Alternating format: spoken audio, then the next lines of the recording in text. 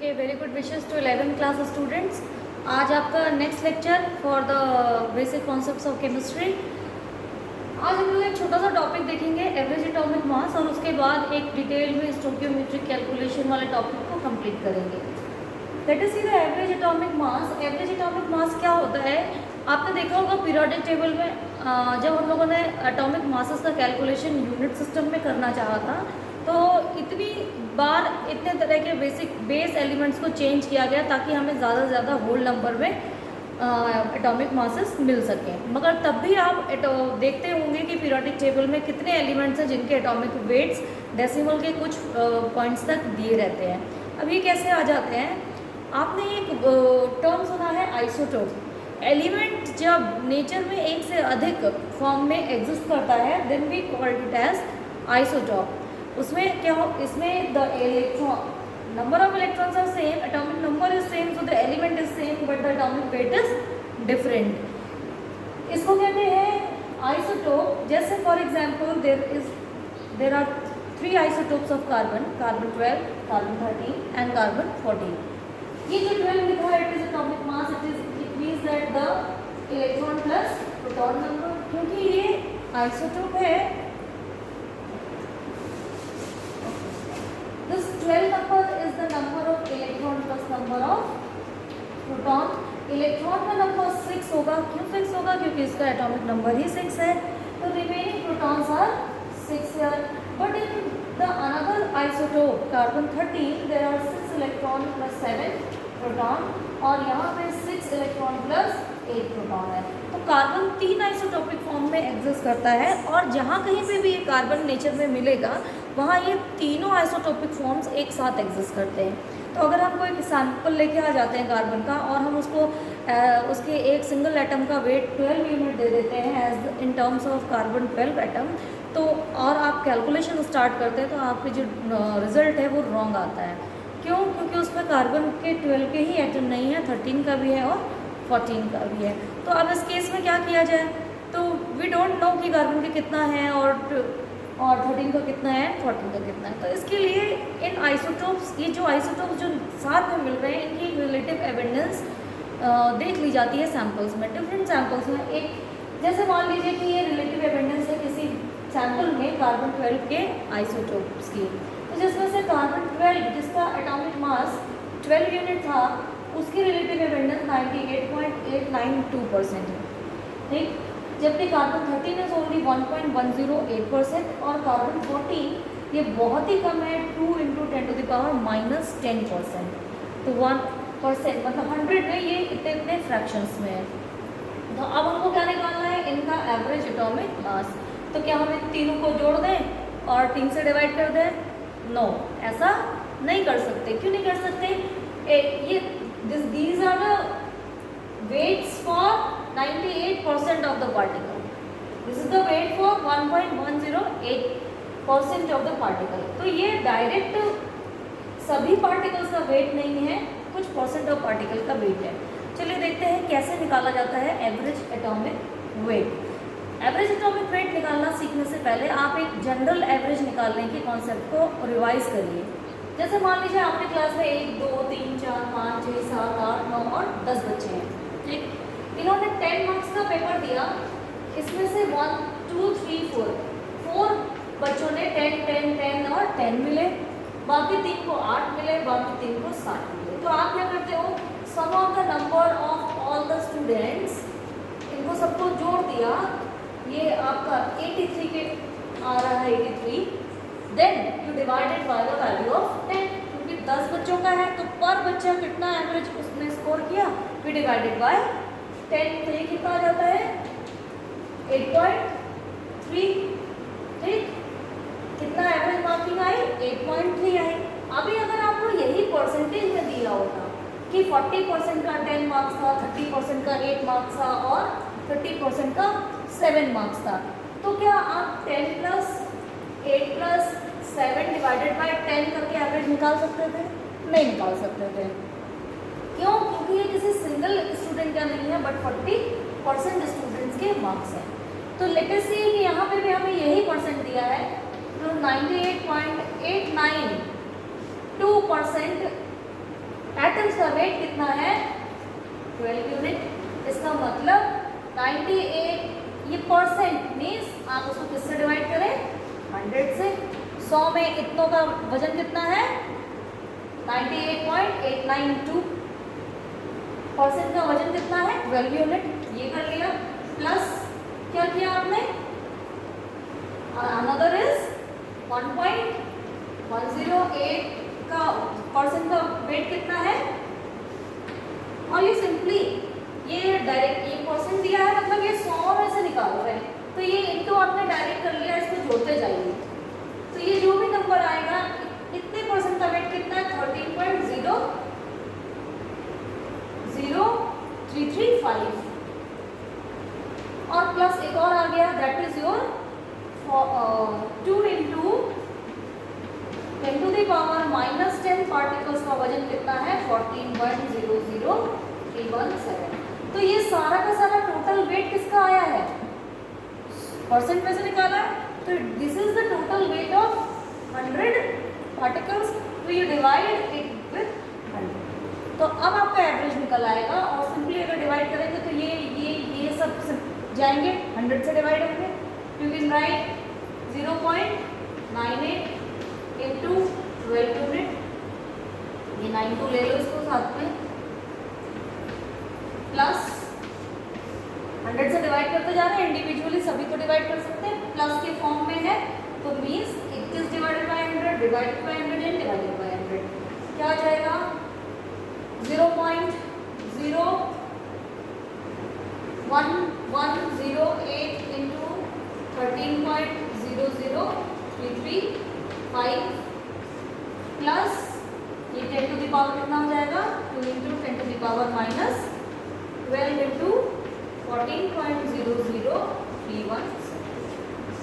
बेटा केमिस्ट्री में आपको कैलकुलेशन जहाँ भी करनी पड़ेंगी, कैलकुलेशंस का वे तो बहुत डिफ़िकल्ट नहीं होता बट उनका जो लेंथ है वो बहुत ज़्यादा होता है, आपको बहुत पेशेंस के साथ इन कैलकुलेशंस को करना है। कैलकुलेशंस में सिर्फ प्लस माइनस डिवाइड मल्टीप्लाई ही है बट आपको उसे ध्यान से करना है। जब हम इसको सॉल्व करते हैं इसको totally it is coming 12.011, it is coming कितना आ रहा है, इस कार्बन का एवरेज एटॉमिक वेट आ रहा है 12.011 यूनिट।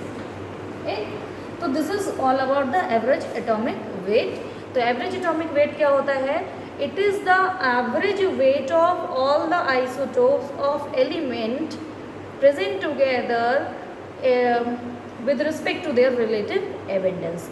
उनके रिलेटिव एबंडेंस को ध्यान में रखते हुए जब हम किसी एलिमेंट के सभी आइसोटोप्स का एवरेज वेट निकालते हैं then it is called as average atomic wait.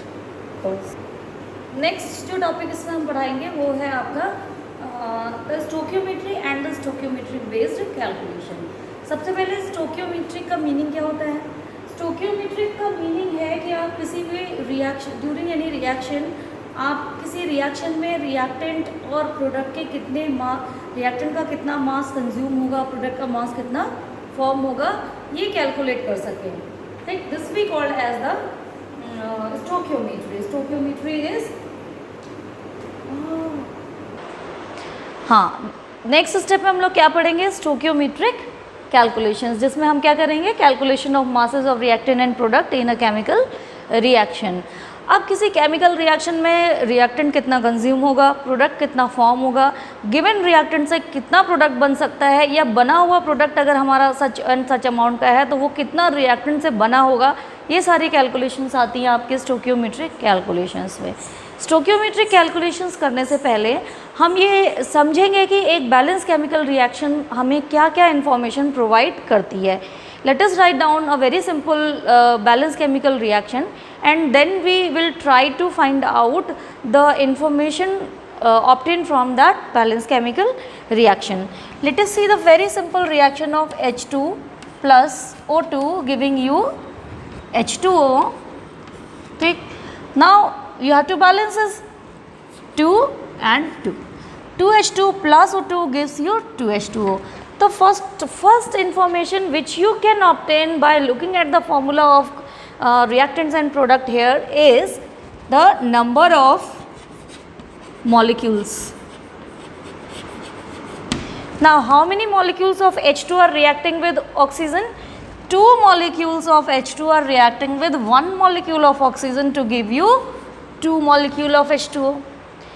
As you know that the number of molecules का जो ratio होता है that is same with the number of moles also. So you can find out the information of number of moles also. 2 moles of hydrogen will react with 1 mole of oxygen to produce 2 mole of H2O. This is the information we are getting from just from a balanced chemical equation. एक balanced chemical equation से ही हमें ये पता चल जाता है. ठीक. Now this information can be converted in terms of masses also because this is 2 mole. तो molar weight of hydrogen H2, the molar weight was 2 gram. So how many moles are there? 2 moles.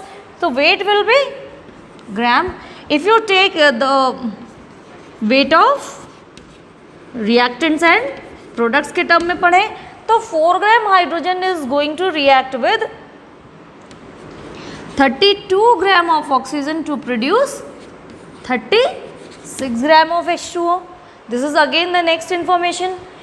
ये भी आपको easily पता चल जाएगी. और एक Gay Lussac's law of gaseous volume आपने पढ़ा है. अगर किसी रिएक्शन के STP स्टैंडर्ड टेम्परेचर और प्रेशर कंडीशंस में रिएक्टेंट या प्रोडक्ट्स में गैसेस प्रेजेंट होती हैं तो उनका 1 मोल हमेशा 22.4 लीटर वॉल्यूम ऑक्यूपाई करता है. तो 1 मोल इज ऑलवेज 22.4 लीटर. आप लोगों के लिए लॉज ऑफ केमिकल रिएक्शन के एक अलग से वीडियो बनाऊंगी. अभी इसको समझ लीजिए कि STP standard temperature pressure condition में 1 mole of any gas is occupying 22.4 litre volume. So in terms of volume you can write how many moles of hydrogen gas are here? 2 moles. It means it is 44.8 liter of hydrogen gas at STP is going to combine with 22.4 liter of oxygen to produce 44.8 liter of water. ये steam बनेगी आपकी. यही गेलुसाक्स का law था gases volume का. जब आपने law of conservation of मास देखा था तो अगर रिएक्टेंट पूरे कंज्यूम हो जा रहे थे किसी रिएक्शन में तो मासेस का सम प्रोडक्ट के मास के बराबर हो सकता है. ठीक. मगर गेलुसाक्स लॉ क्या कहता है कि अगर पूरे कंज्यूम हो भी जाते हैं रिएक्टेंट गैसेस के तो प्रोडक्ट का जो वॉल्यूम है वो इनके सम के इक्वल नहीं होता. Instead it is in some simple ratio. ठीक. क्या कहा हमने? This much is visible. ठीक. तो ये क्या है? Law of conservation of mass. यहाँ पे हल्का सा रिवाइज कराऊंगी. वो तो कहता था कि अगर रिएक्टेंट पूरी तरह कंज्यूम होकर प्रोडक्ट पूरा बना दे रहे हैं तो रिएक्टेंट के मासेस का सम प्रोडक्ट के बराबर हो जाएगा. दिख रहा है आपको? मगर यहाँ देखो वॉल्यूम के अकॉर्डिंग क्या है? वॉल्यूम कभी भी सम अप नहीं होता, एड ऑन नहीं होता. क्यों? क्योंकि ये मोलर रेशियो के अकॉर्डिंग इनके वॉल्यूम्स होते हैं. Because 2 mole hydrogen combines with 1 mole oxygen to give you only 2 mole. So it will occupy 44.8 liter only. So it is not the sum of the volume of reactants. Instead, the reactants and products are in a simple whole number ratio. ठीक. So what we have obtained from a balanced chemical equation? अभी तक बेटा आप लोग 10th class में reaction को copy में लिखते थे, उसको याद करते थे, उसका कोई प्रैक्टिकल सिग्निफिकेंस नहीं था. मगर as you move higher in the studies in your chemical sciences आप ये सारी रिएक्शंस को लैब में करते हैं और वेट वाइज करते हैं. सब इंडस्ट्रियल प्रोसेस में यूज़ होता है. मान लीजिए कहीं there is a spacecraft जहाँ पे hydrogen as a fuel use किया जाता है. पानी लेके स्पेस शिप में नहीं जाया जा सकता बहुत सारा. तो वहाँ क्या होता है, जो फ्यूल है वही वाटर का प्रोडक्शन भी कर रहा है. तो वहाँ पे प्रेजेंट साइंटिस्ट को या पीपल को ये पता होना चाहिए कि हमारा कितना फ्यूल है और कितना वाटर हम प्रोड्यूस कर ले जाएंगे, कितने दिन तक हम स्पेस में सर्वाइव कर सकते हैं. तो ये कैसे पता चलेगा? ये इन्हीं स्टोक्योमेट्रिक कैलकुलेशंस के थ्रू पता चलता है. और वो भी from very simple whole number balance chemical reaction. अब स्टोकियोमेट्री बेस्ड कैलकुलेशंस दो तरह से की जाती हैं। एक कैलकुलेशन तो वो होती है जिसमें one of the weight of reactant is given और दूसरा बहुत एक्सेस में होता है। जब बहुत एक्सेस में होगा तो ये वेट आपको बता देगा, गिवन वेट जिसका भी दिया हुआ है, कि कितना प्रोडक्ट बनेगा, ठीक। और अगर दोनों के वजन दिए होते हैं, मान लीजिए हाइड्रोजन का भी दिया है, वजन दिए हों, मोल्स दिए हों, वॉल्यूम दिया हो, व्हाटएवर इज़ गिवन, दोनों वॉल्यूम्स या दोनों वेट्स गिवन हो, तो उस केस में आपको पहले से पता लगाना पड़ता है कि कौन दोनों में से कौन सा ऐसा रिएक्टेंट है जो प्रोडक्ट के फॉर्मेशन को डिटरमाइन करेगा। तो इसमें सबसे पहले पहला टाइप लेते हैं जो कि सिंपल है, जिसमें one of the reactant is present in excess. जो एक्सेस है वो कभी भी प्रोडक्ट के फॉर्मेशन को लिमिट नहीं करेगा। कौन लिमिट करेगा? जो कम अमाउंट में है। जैसे फॉर एग्जांपल देखिए, इसमें पहली प्रॉब्लम देखते हैं जिसमें एक one of the reactant is in large access और दूसरा का अमाउंट दिया हुआ है। Calculate the amount of H2O produce when 10 gram hydrogen Burns in excess air. मतलब एयर तो बहुत सारी है, अब पानी का बनना पूरा का पूरा किसके अमाउंट पे डिपेंड करेगा? सिर्फ हाइड्रोजन के अमाउंट पे। क्यों? क्योंकि ये लिमिट में है और इसको जितनी ज़रूरी होगी वो ऑक्सीजन ले लेगा और उतने ही H2O पार्टिकल बनेंगे। अब जो हाइड्रोजन और ऑक्सीजन की बैलेंस केमिकल इक्वेशन है, उससे आपको इतनी इन्फॉर्मेशन पहले ही मिल जाती है कि 2 मोल हाइड्रोजन 1 मोल ऑक्सीजन से 2 मोल H2O प्रोड्यूस होता है। 4 ग्राम 32 ग्राम से 36 ग्राम H2O प्रोड्यूस होता है। 44.8 लीटर 22.4 लीटर से कंबाइन करके 44.8 लीटर वाटर प्रोड्यूस करता है। तो ये सिंपली सबसे पहले आपको सामने रखना है and you have to use the unitary method taking the given reactant as a base. अब यहाँ पे देखिए क्या है, ग्राम में दिया है 4 ग्राम और वो पूछ रहे हैं amount. 4 gram is producing how much? Because 4 gram hydrogen produces how much? 36 gram of H2O। Therefore unitary method use करेंगे। 1 gram hydrogen will produce 36 upon 4 gram H2O. So how much is given? Therefore 10 gram hydrogen will produce 36 upon 4 into 10 gram H2O. तो ये कितना आ गया? 80 ग्राम। ये आ गया आपका 80 ग्राम H2O। तो ये बहुत सिंपल कैलकुलेशन है। अभी ये पूछ सकता था कि 10 ग्राम हाइड्रोजन बर्न करने पे कितने मोल H2O मिलेगा। तो you can simply go like this. कैसे कर सकते हैं? Because 4 gram hydrogen is producing 2 mole H2O। Direct कर सकते हैं because 4 gram hydrogen produces 2 mole H2O। So 1 gram hydrogen will produce 2 upon 4 mole H2O। Clear है? Then 10 gram hydrogen will produce 2 upon 4 into 10 mole of H2O. So this will be 5 mole H2O.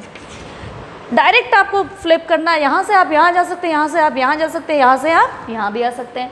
अगर यही आपसे पूछ रहा था कि how much volume of H2, कितना litre पानी बन जाएगा या स्टीम बन जाएगी एट STP अगर हम 10 ग्राम हाइड्रोजन को बर्न कर दें, तो सिंपली कुछ नहीं करना है because 4 gram hydrogen produces 44.8 litre. यहीं पे लिख लेते हैं, इसको रब कर दें, करते हैं चलो इसको। Because 4 gram hydrogen produces 44.8 litre H2O. So 1 gram hydrogen will produce 44.8 upon 4 liter H2O. Then 10 gram will produce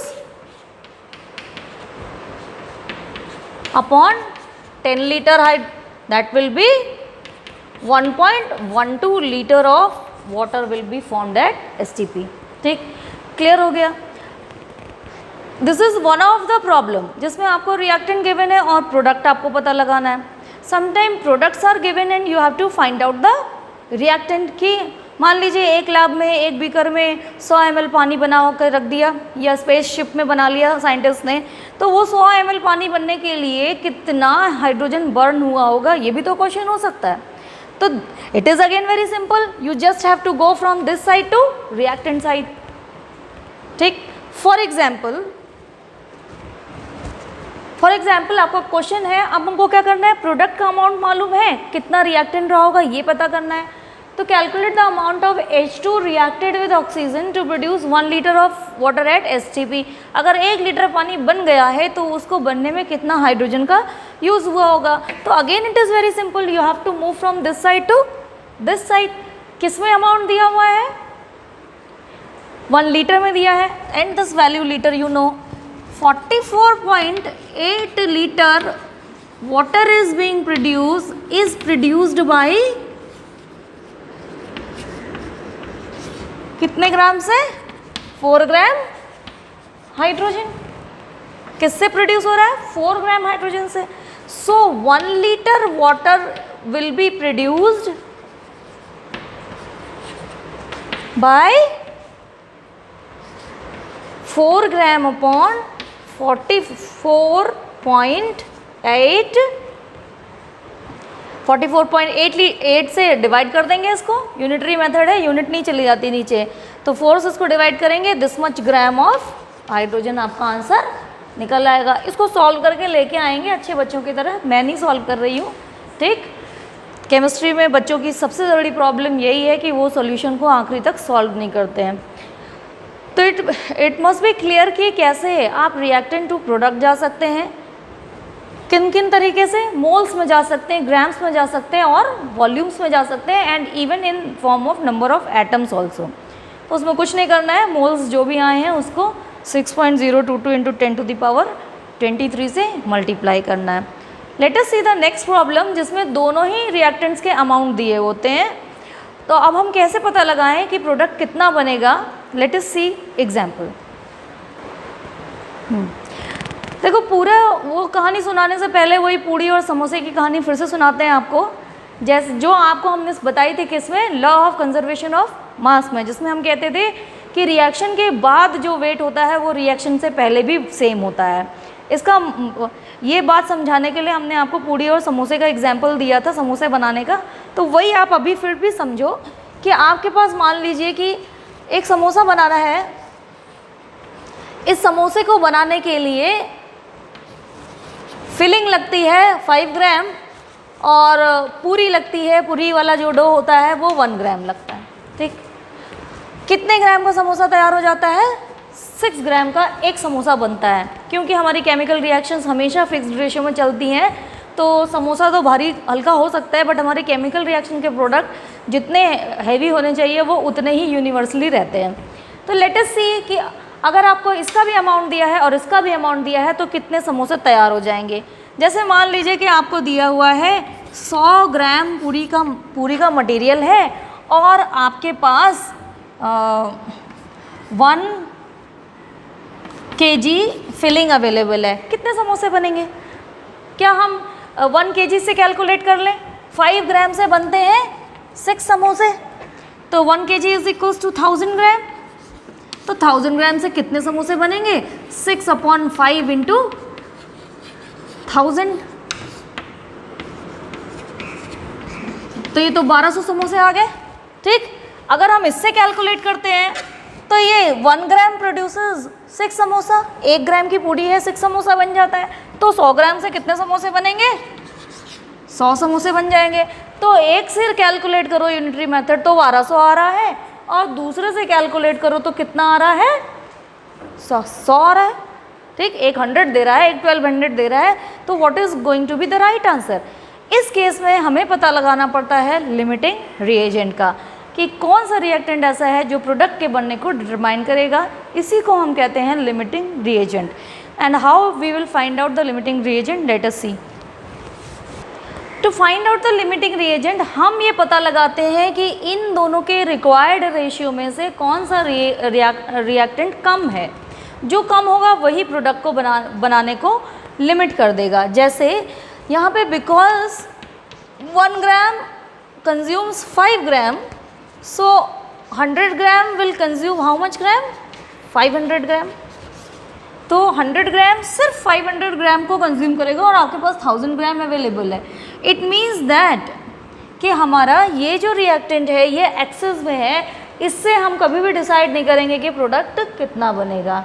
ये तो हुई हमारी डे टू डे लाइफ की बात जिसमें हमने लिमिटिंग रिएजेंट को पहचाना, the reagent which was present in lesser amount and that is going to determine the formation of product. Let us see in the case of chemical reactions.